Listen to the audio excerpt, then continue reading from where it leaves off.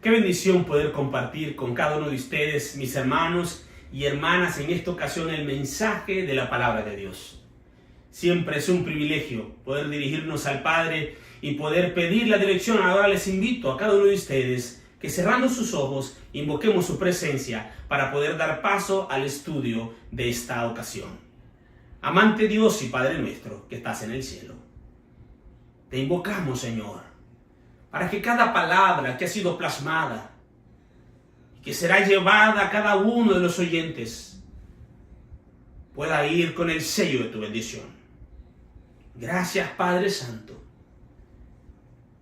En tu nombre, Jesucristo, por el poder de tu Espíritu Santo. Amén y amén.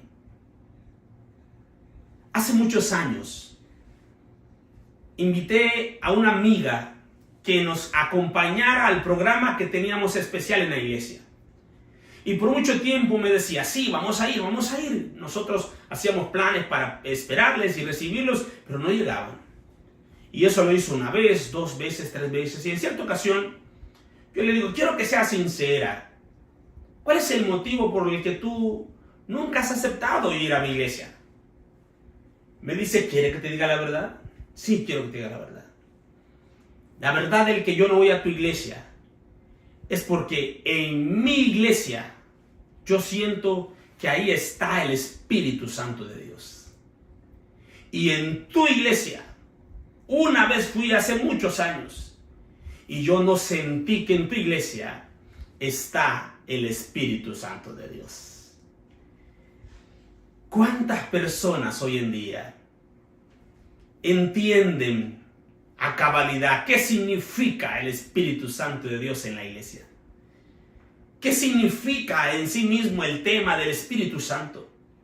Muchos seguimos estudiando, teólogos, pastores, hermanos, laicos, investigando, tratando de buscar respuesta a algo que parece confuso, algo que tiene que ser explicado, algo que tiene que ser entendido, pero la realidad es la revelación del tema de la divinidad. Algo que podamos nosotros evidenciar. Quedó esa revelación para nosotros como para dar muestra, para dar garantías, para dar pruebas humanas.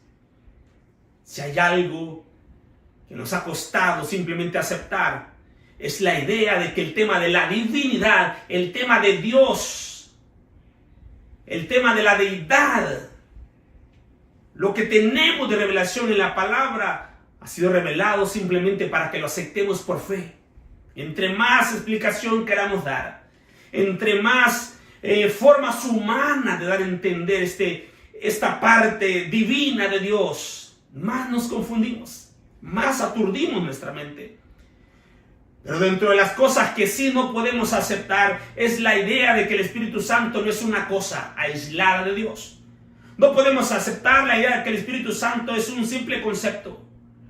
No podemos aceptar la idea de que el Espíritu Santo es una emoción, es un sentimiento. ¿Qué es el Espíritu Santo? Pues lo que la Biblia nos pide que aceptemos es que el Espíritu Santo es una persona más, al igual que el Padre y el Hijo. Yo le invito en esta ocasión para que abra su mente y su Biblia también, para que veamos algunos casos en la Biblia donde podremos ver a esta persona del Espíritu Santo obrar como una persona, tomando decisiones a favor del ser humano, tomando influencia y autoridad en lo que tiene que ver el plan de la salvación y, por supuesto, en la obra de la iglesia, en la obra de nuestra vida, en la obra de salvarnos. Por favor, vamos a comenzar con el primero de los 3 elementos que vamos a compartir. Pudiéramos hablar muchos elementos, hay mucho tema para discutirlo, debatirlo, pero hoy quiero irme a lo que la palabra nos enseña. En algunas ocasiones encontramos registros específicos que dan esa evidencia contundente que el Espíritu Santo es una persona más de la divinidad. Quiero que abran sus Biblias conmigo. En el libro de Hechos, el capítulo 5, vamos a leer en ocasión donde se encontraban los apóstoles, en la iglesia primitiva. En la iglesia primitiva se encontraba ya el gozo del surgimiento del cristianismo. Y por supuesto, desde que cayó el Espíritu Santo en día de Pentecostés, vemos al Espíritu Santo tomando parte y acción en todo lo que tiene que ver con la iglesia. Y en el capítulo 5 encontramos la historia de Ananías y Zafira. Y específicamente, conocen la historia, el que no la conoce brevemente le comparto, una pareja, un matrimonio, miembros de la iglesia, que tomaron la decisión de poner en venta una propiedad. Y dijeron, la ganancia de la propiedad, tanta parte la vamos a dar para Dios. Y una vez llegado el consenso, la venta, dijeron, bueno, mira, pues nadie sabe todavía, así que no daremos todo, solo vamos a dar una parte de la ofrenda. Cierto hombre llamado Ananías, con Zafira su mujer, vendió una propiedad y se quedó con parte del precio. Sabiéndolo también su mujer y trayéndolo, la otra parte le puso a los pies de los apóstoles. Y Pedro le dice a Ananías, ¿por qué llevó Satanás tu corazón para que mintieses al Espíritu Santo? No has mentido a los hombres, has mentido a Dios. El punto de esta historia nos permite ver que el Espíritu Santo es Dios. El Espíritu Santo es una persona más de la divinidad. El Espíritu Santo no puede ser burlado, como Dios no puede ser burlado, como Dios no puede ser engañado. Y en ese momento la palabra que Pedro usa es has mentido al Espíritu Santo. No le dice has mentido a un concepto, le has mentido a un sentimiento, le has mentido a una sombra, a un espíritu que vuela por ahí. No, has mentido a Dios. Pedro le dice exactamente, mentiste a Dios. Mentir al Espíritu es mentirle a Dios, porque Dios es el Espíritu. La Biblia identifica al Espíritu Santo con esa esencia de la divinidad.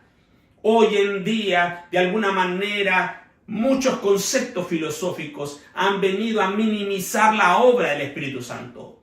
No hablamos mucho del Espíritu Santo, no adoramos al Espíritu Santo y como líderes a veces ni predicamos mucho del Espíritu Santo y de alguna manera la corriente, la tradición nos ha enseñado a que el Padre es más importante, a que el Hijo tiene un papel en la cruz, pero que el Espíritu Santo nada más es un ayudante que va por ahí haciendo lo que le piden que haga, pero no estaba equivocado en ningún momento Pedro cuando dice, ese es Dios.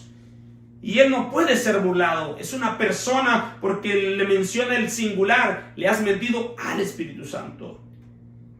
Oh, queridos hermanos, no podemos minimizar la obra del Espíritu Santo. No podemos burlar al Espíritu Santo. Dice la palabra en el libro de 1 de Samuel 28:7 que Saúl llegó un momento donde quiso burlar al Espíritu Santo. Su pecado, su condición, su arrogancia lo habían llevado a decaer espiritualmente. Y cuando decaemos espiritualmente, empezamos nosotros a ver de menos, a menospreciar la palabra, a menospreciar la obra de Dios que hace por medio del Espíritu Santo. Y sabiendo Saúl que existía Dios y el profeta, no quiso hablar con Dios y el profeta, no quiso atender a lo que el Espíritu Santo decía y se fue a buscar a otro espíritu por medio de una pitonisa. La historia dice, buscadme una mujer que tenga espíritu de adivinación. Quería hablar con otro espíritu y fue y habló con otro espíritu. Y la persona del espíritu en ese caso era Satanás. Y la consecuencia de Saúl por minimizar la obra fue el fracaso de su ministerio.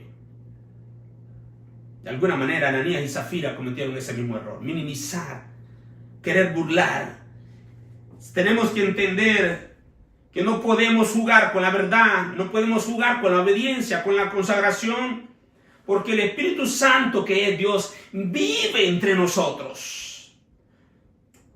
Somos templo y morada del Espíritu Santo, por lo tanto, es templo y morada de Dios. Dios mismo habita con nosotros y como Él habita entre nosotros, nada le puede ser burlado. El segundo punto es que el Espíritu Santo es Dios, porque a Él nada le puede ser oculto. Y como Dios tiene conocimiento de todas las cosas. En el libro de 1 Corintios capítulo 2 verso 10, claramente dice el apóstol Pablo, nadie conoció las cosas o repito, el Espíritu todo lo escudriña, aún lo profundo de Dios. Nadie conoció las cosas de Dios sino el Espíritu de Dios. Esta declaración tiene como idea central que el Espíritu Santo posee conocimiento como Dios, porque comparte la esencia de Dios. Es parte de la mente, del pensamiento de la divinidad. ¿Cómo funciona eso? No sé, no hay manera de explicarlo, pero la Biblia lo dice. Si Él tiene conocimiento de Dios, Él es Dios, tengo que creerlo. Pablo hace una comparación poderosa. Y él está diciendo, no solo el espíritu del hombre conoce al hombre, solo el espíritu de Dios conoce a Dios. Por lo tanto, así como el espíritu del hombre y el hombre no son dos cosas, están conectadas, así el Espíritu Santo y Dios están conectados divinamente. El Espíritu no recibe información de Dios, Él posee información de Dios, no se subordina en su esencia, sino que tiene igualdad en su divinidad. Jesús mismo dijo, nada les oculta al Espíritu Santo. ¿Por qué? Él decía que todo procedía del Espíritu y que el Espíritu guiaría a la iglesia a toda verdad. Porque solo Dios podía revelar esa verdad absoluta por medio del Espíritu en la obra de la iglesia. ¿Y qué pasó? Él se fue, él dijo, yo me voy, pero no quedan solos, queda el Consolador. Y después de que Jesús ascendió haciendo la obra de Dios, el Espíritu Santo ha tomado y tomó control de la iglesia hasta el día de hoy. Cuando buscamos dirección, no buscamos a una institución.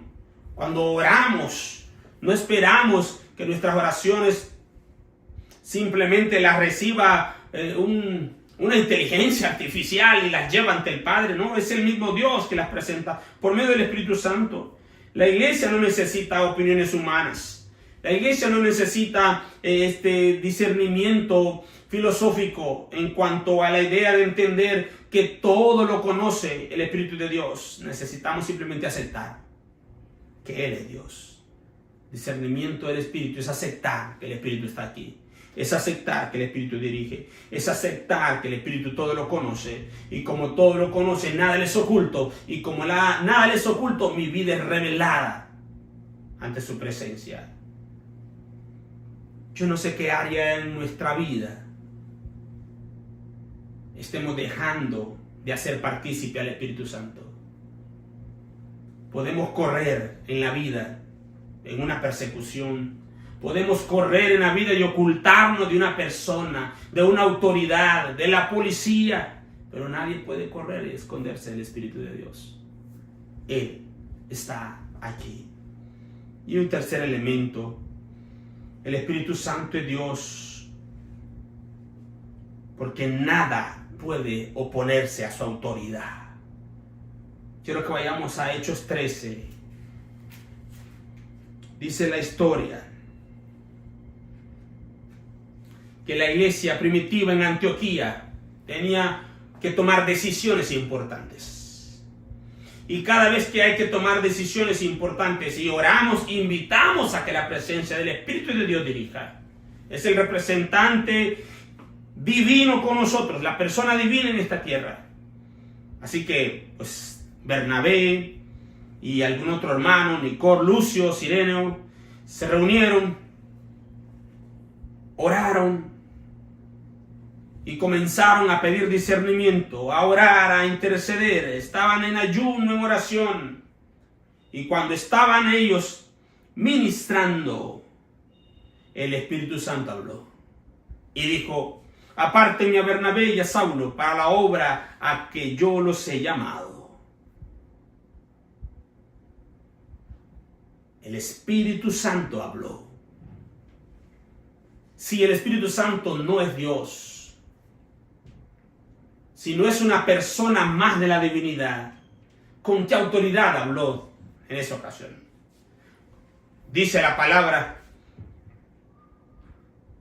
apártenmelo para la obra. Apártenme, o sea, hablando de una persona, apártenme El Espíritu no transmite una orden ajena. No dijo, dice el Padre que aparten a Saulo. Dice el Hijo que aparten a Bernabé. No, dice apártenme. Habla con autoridad, con propiedad. Da órdenes propias. Cada gran misionero en la historia de la Biblia, del mundo cristiano, desde el principio hasta hoy, comenzó con un hombre o una mujer escuchando la voz de Dios.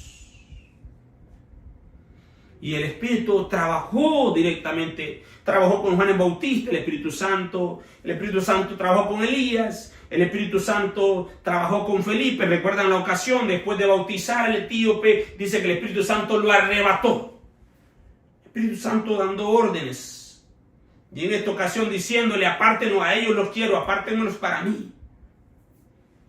La misión no nace entonces, hermanos, en decisiones, en las juntas administrativas. Cuando oramos en una junta administrativa diciendo, Espíritu Santo, te invocamos para que tú decidas, es porque vamos a escuchar la voz que el Espíritu Santo manda. Es que vamos a abrir nuestros oídos espirituales para entender que el Espíritu Santo está pidiendo que algo sea hecho. Las decisiones de la iglesia siempre han sido llevadas por el Espíritu Santo y lo invitamos allí. Pero muchas veces nosotros vamos con ideas preconcebidas, vamos con nuestras malas intenciones, vamos con nuestros conceptos humanos y muchas veces queremos ignorar la obra que el Espíritu Santo quiere hacer. Pero se trata de entender de que este Espíritu con nosotros no puede ser opuesto, no puede recibir oposición. Porque ¿quién se opondría a la autoridad del Espíritu Santo? Si es Dios, ¿quién se opondría contra Dios y ganar? ¿Quién pelearía contra Dios y pretender alcanzar una victoria? Por lo tanto, queridos hermanos, en conclusión, en estos pequeños textos, pero profundos, encontramos la claridad de que el Espíritu Santo no puede ser una energía. No medimos el Espíritu Santo por cuán alegre estoy. No medimos el Espíritu Santo en la vida de una persona por cuán triste está o por cuán fuerte canta. Es algo más que un concepto, es algo más que un sentimiento, es algo más que una emoción. No es una presencia secundaria que está allí, no, es Dios mismo, es Dios verdadero, es Dios Padre, Hijo, Espíritu Santo en una obra perfecta, divina, que permite fortalecer la experiencia. El Padre amándonos, dando a su Hijo, el Hijo viniendo y muriendo por nosotros, y el Espíritu Santo intercediendo y estando con nosotros presente hasta hoy. Negar su poder empobrecerá la fe de aquel que quiera seguir omitiendo el poder en su vida. Él es el que transforma a la iglesia, Él es el que transforma la vida, Él es el que enmienda los corazones. Hoy el Espíritu Santo está aquí, escuchándome hablar. Me está viendo que estoy intentando con palabras humanas tratar de explicar algo divino. Me quedo corto, lo sé. Pero al final, quiero concluir diciendo que el Espíritu Santo, como Dios, no es algo que necesite ser defendido. Él es Dios. Él defiende su causa. Lo único que tenemos que hacer es aceptar que vive, pedirle que more en nuestro corazón y dejar que su obra nos cambie la vida. Podemos llenar libros hablando de Él, pero solamente el que lo recibe y lo experimenta puede comprender la hermosura, la magnificencia y la belleza de su obra en nuestra vida. Hoy le decimos, Espíritu Santo de Dios, visítanos. Espíritu Santo de Dios, vive en mí. No como un espectador, no como un visitante del cielo que viene a ver cómo estoy, sino como Señor, como merecedor de toda obediencia, como merecedor de toda reverencia. Yo quiero experimentar tu poder. ¿Quiere usted decirle eso en esta ocasión al Espíritu de Dios con nosotros? Le invito a que nos acompañe en una oración. Padre nuestro que estás en el cielo, es en el nombre de Jesús ahora, Señor, que damos gracias por el Espíritu Santo de Dios a favor de nuestra vida. Por el Espíritu Santo de Dios obrando sin entenderte, Padre, sin entenderte, Hijo de Dios, sin entenderte, Espíritu Santo, pero por la fe, ayúdanos a aceptar y a vivir y a comprender que mereces obediencia. Tú mereces, Señor, toda adoración. Tú mereces que toda rodilla se doble, te alabe. Ayúdanos, Señor, a no ser arrastrados por los conceptos, por las teorías, y a ser llevados, Señor, por la fe a una experiencia real contigo. En el nombre de Jesús. Amén y amén. Que Dios bendiga su palabra.